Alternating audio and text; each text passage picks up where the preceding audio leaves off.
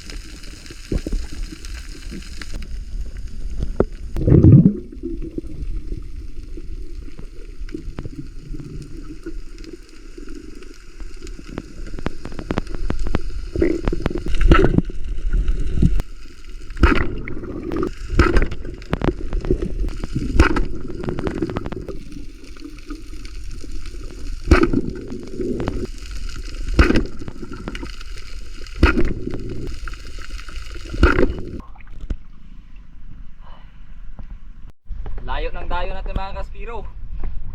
Nagmotor pa tayo, kapahit-pahit pa ng daan. Hindi lang natin nabidyohan kasi dami natin dala. Oh, daming mga locals, no? Nag bibingwit, ang dami. Meron din yung naka-area din doon ng ano, isda. Ewan ko lang ano yung na-area nila. Baka tulingan or ano ba. Let's go mga Kaspiro. Gatorade baka naman. Tagal natin hindi nakapamana mga Kaspiro. Ilang buwan din. So tayo ulit. Sana mga kuha tayo ng kahit anong, kahit paulam lang. Shoutout pala kay Ladin, Uncle Dutch. Kung nakita mo to, sana sumama ka. Malay mo baka makakuha ko ng tangigi ngayon.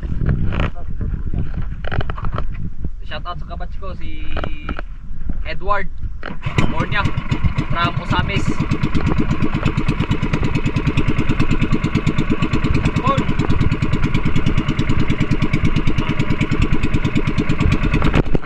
Hello guys, assalamualaikum everyone.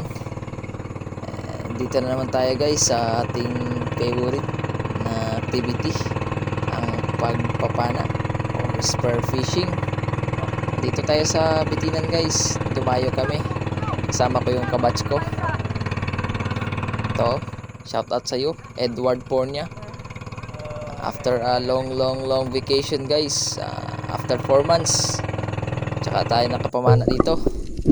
Ito yung first dive natin o first drop. Bumulaga agad yung School of Rainbow Runner kaya kuha tayo dito. Good size na to, yun, sa pool. Good size na yan guys. Madami sila. Dito sa mababaw lang, nasa 7 meters. Kaya siguro doon siguro sa malalim baka malakas yung current, kaya dito sa medyo mababaw.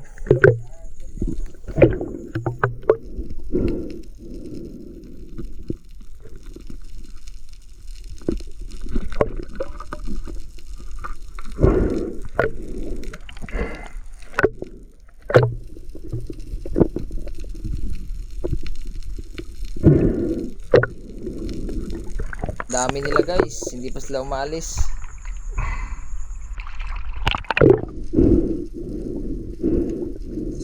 After nating makapahinga guys, eto, nandito na sa medyo malalim sila. Siguro natakot, pero nung pag drop ko sa baba, sumalubong sa akin guys, kaya pinili ko na yung medyo malaki sa kanila. Nung pagtira ko, swerte guys. Eto, nakakuha tayo ng 2. Pwede na to, swerte na sabihin ng mano.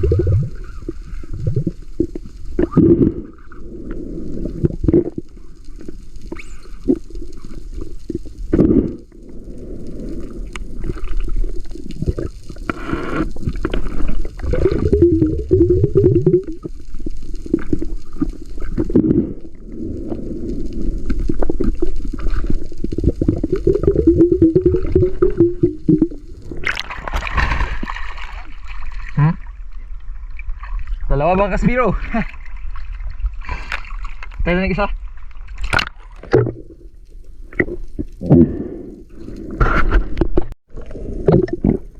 Dito guys, may nakita tayo isang balok or needlefish.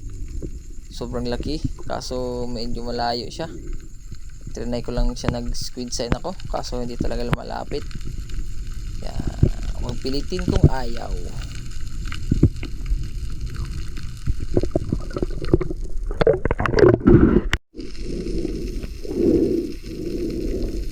At napadpad ako dito sa may pangpang mga Kaspiro. Try natin kung baka may makita tayo ditong dogtooth, kasi dito paminsan ako nakakita ng dogtooth mga Kaspiro. Hindi naman mga kalakihan, nasa mga ano lang yata yun, mga 4 to 5 kilograms. At nag-drop tayo dito mga Kaspiro. Dito lang tayo sa medyo mababa, wag lang tayo sa malalim kasi hindi pa condition yung lungs natin. Push, try tayo mag fish call, mag grunt, kung ano yung lalapit.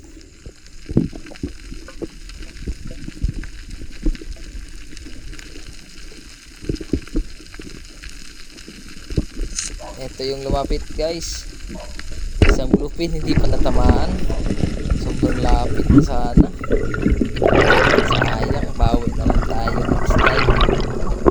Sobrang ito mga Kaspiro, umuwi na kami kasi sobrang lakas ng current na, at saka may mga paparating na mga pag-ulan, you know, sa unahan ko, at saka dito din sa gilid may unos na. Kaya tagay dyan, literal lang talaga na umuwi kami mga Kaspiro kasi you know,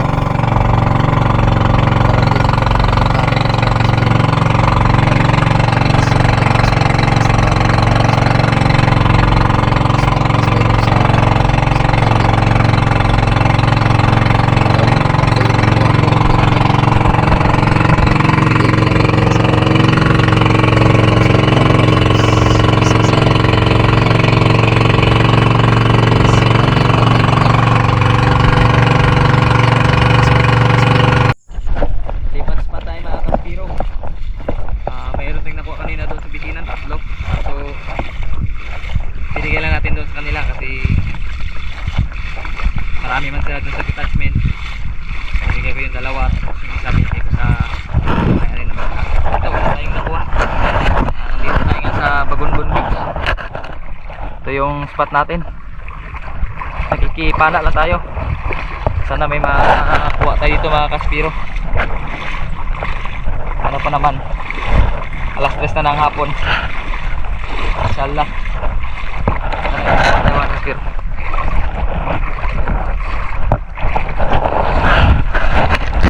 Hindi na tayo nag-warm up mga Kaspiro kasi naka-warm up naman tayo dun sa first spot natin.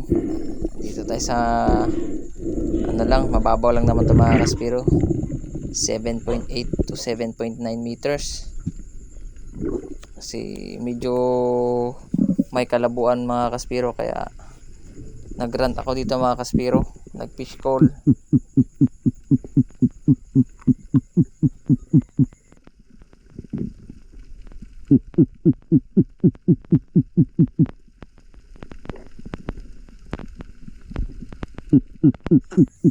Lugar kasi ito sa mga talakito mga Kaspiro, mga Kawayanon, basta mga Trevally mga Kaspiro.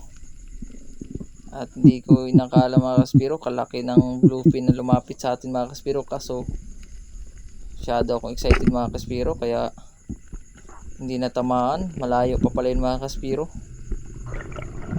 sayang. Kaya hindi talaga para sa atin yung isdaan mga Kaspiro, bawi na lang tayo. At nung pag-ahon ko mga Kaspiro, ito yung sumalubong sa atin mga Kaspiro, isang kaibigan, sobrang lapad ng likod. Nilapitan ko talaga siya mga Kaspiro. Ito yung sunod na nangyari mga Kaspiro. May dito tayo sa mababaw kasi may nakita tayong isda na peacock grouper dyan sa may malapit.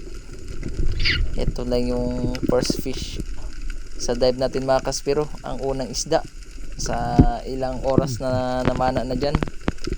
Kala ko nga mga kaspiro hindi na ako makakuha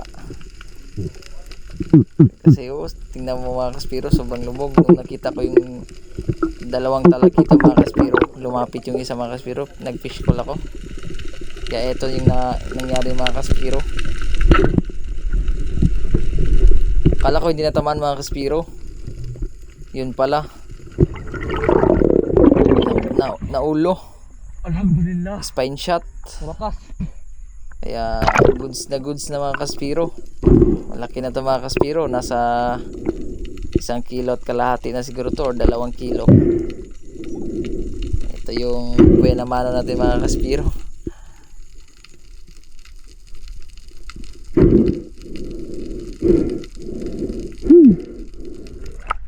Wakas.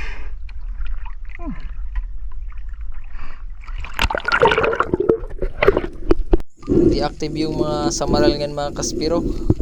Bira ko lang sila makikita. Kaya eto, kahit maliit tinira ko na to. Yun, sapol mga kaspiro. May pangalawang isda na tayo mga kaspiro sa spot na to mga kaspiro. Tiyagaan lang talaga mga kaspiro, lalo na lubog yung tubig.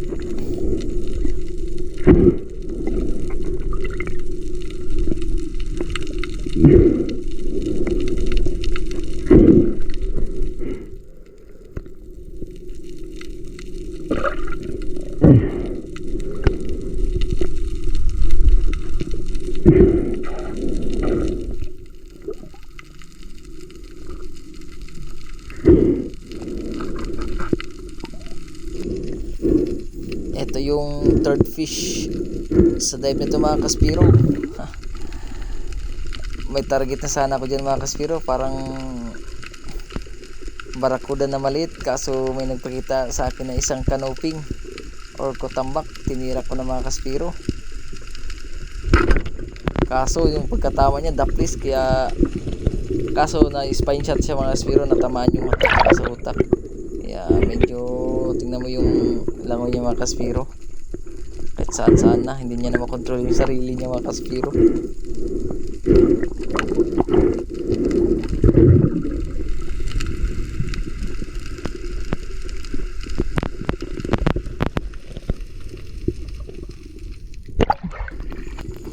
Hindi ko na videohan to mga kaspiro, nakatira na pala ako.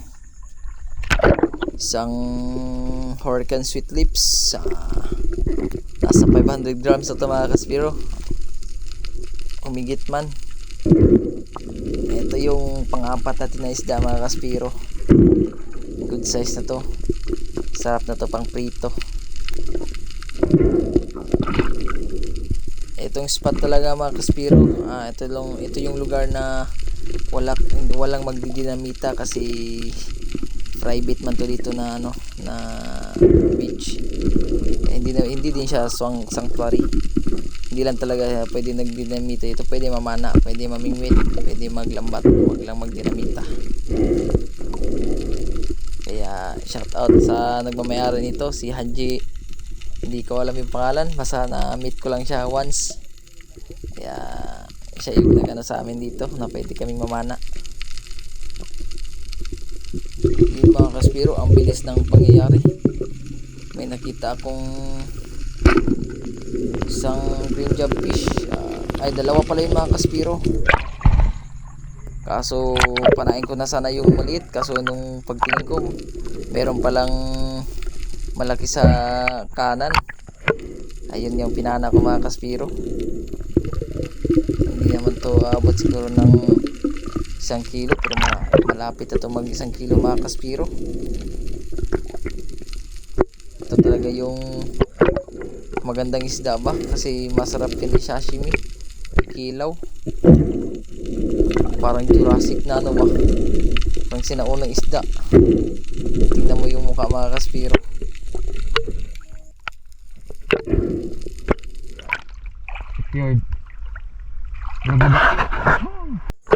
bawal talaga tayo dito tamarin mga kaspiro. Kaya eto, paana naman tayo ulit. May nakita naman tayong dalawang Hurricane Sweet Lips, kaya pinili ko tong malaki. Yun, kinain ba naman yung buhangin. Lakas talaga ng pana ni Corsi. Tsaka thank you din sa nag-sponsor ng pana ko, si Sir Mayor Almacram and Arbison. Shout out sa iyo, sir. Salamat, sana may susunod pa. Hihi. Ito yung huli natin mga kaspiro, isang Hurricane Sweet Lips. Mas malaki to kasi sa nauna.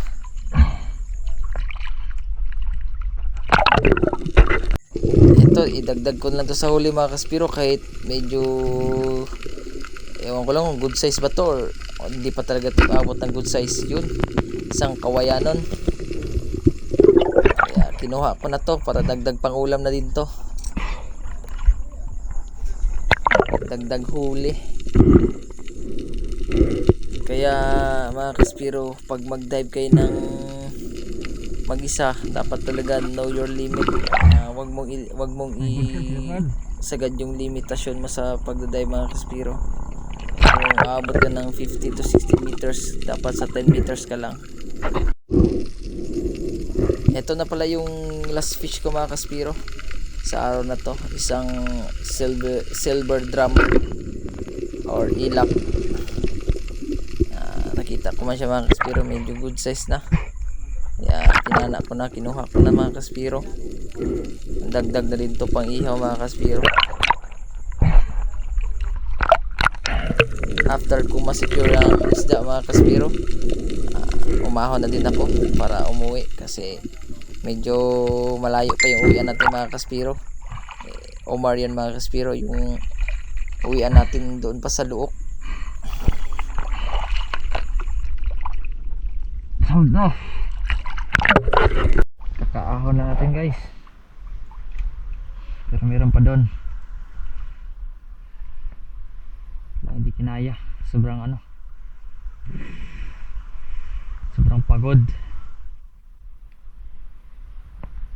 na may kaunting ay buti na lang nakakuha pa, kung wala goodbye.